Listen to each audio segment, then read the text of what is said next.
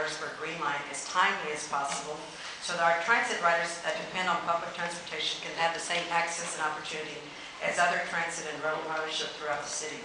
You have heard from business owners that have lost thousands and their business impacted, that have written and come before you and their council members as well, and said that we need the overpass as soon as possible. We, at any moment, did not know that the $10 million that was allocated during Mayor Bill White's term could be withheld and keep the Green Line from having a bridge not only for the rail, but for the public as well.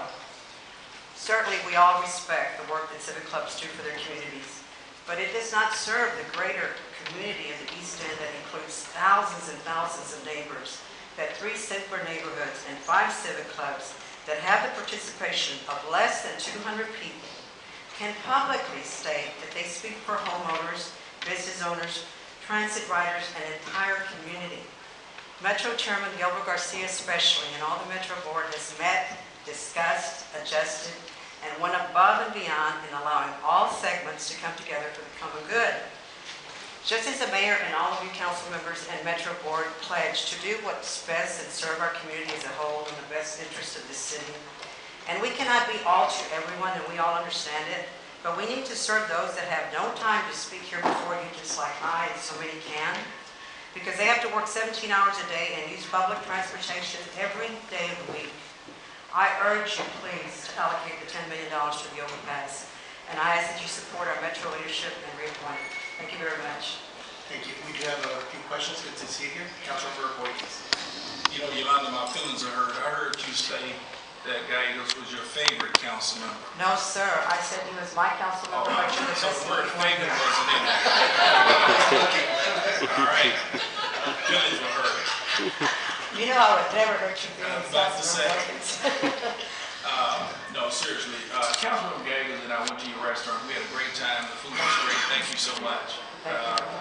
Got a question with regards to the Metro situation. Again, I'm not really up to speed on that project no more than what I've been reading and talking to my colleague. But wouldn't you agree, Yolanda, that as a council, that, and you know this better than I do, that we tend to work with our colleague in that district who tends to have a relationship with the civic organizations, the super neighborhoods, and the leadership. And what I've read, I think some of the elected officials, the state senators are all in support of what he's trying to do to get his arms around the project. I think, knowing you and how you become an advocate for what's right, and you've always done that, I don't know if you've had an opportunity to really just sit down with Councilman Gallegos and just kind of understand his side of where this thing is, Yolanda, because I learned a lot. But I respect you so much, and I know that if you have an opportunity to sit down with him, if you haven't already, and just get an idea, because I talked to him briefly this morning, and he's still trying to figure out a way to make it work for everybody.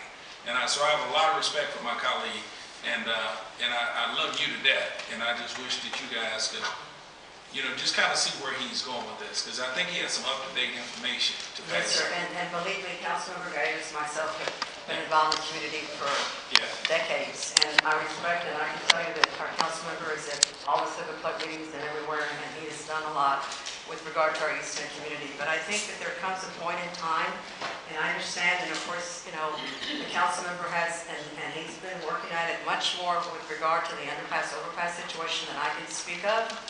But I think that there comes a point in time, for whatever situation that might be, whether it's Councilmember Gallegos or yours, sir, or anyone here at this table, that you have to decide. I mean, I understand that civic clubs will come before you and tell you this, but this has to do with transit and getting people from point A to point B in the most feasible possible way possible at the least expense. And I understand the environmental, and I understand, but you have to address the people that are most closest to it. Every business owner in Harrisburg will tell you that they need it now. And for us to continue to do an underpass and with the possibility of the contamination, and I know that there are some people that say that they will not impact anyone, but I think that we have to take the course. This city is what it is, and through Mayor Parker, where it's been at this point, it's one of the most vibrant cities in this country, and I would think it would be an injustice to the East End to not allow us to have the same opportunities, simply because everyone wants an underpass. You know, the whole world wants underpasses, but it doesn't happen. Thank you, I still love you more. And I love that suit, so we might have to go dancing. Councilmember Gagos. Hi, Alana. Yes, sir. Thank you so much for coming here this afternoon, and thank you for your years of service to the community. Thank you for your service on the Metro Board, the past service on the Metro Board. And as you just mentioned, this has been an issue that we've been working on for quite a few years. And as a community leader, prior to being a city council member, I was one of those community leaders that practically attended a lot and many of those meetings for 5.5 years. Yes, But now it's not about an underpass, and it's not about an overpass. Now it's about the contamination that's on that property. The Harrisburg Elementary School is 2 blocks away. East End Apartments, 150 units, is less than a half a block away. There's a Head Start program with 50 kids in those apartments. Metro now says they found this massive contamination of benzene plume in the ground, but they're not talking about possibility of cleaning it up, other than it would take 10 years to clean up, and it would cost $18 million. The community leaders have found an engineer that used to work for TechStop for 27 years. He's retired from TechStop. He reviewed the information briefly that was provided to him, and we, myself, Councilmember Gonzalez, State Senator Sylvia Garcia sent a letter, State Representative Carol Alvarado sent a letter at the Metro Board back in June or May, asking for a 30-day delay due to the fact that now there's new. Motion extend. May I? Thank you. Opposed, motion carries. Now there was an engineer that had come forward, and there's discrepancies in regards to the cost and the time for cleaning it up. As a city council member, and I know you ran for city council because I know the community's in your heart, and you want to do the best for the community. And you know me, and I think I can trust that you know that I'm doing my best for the community.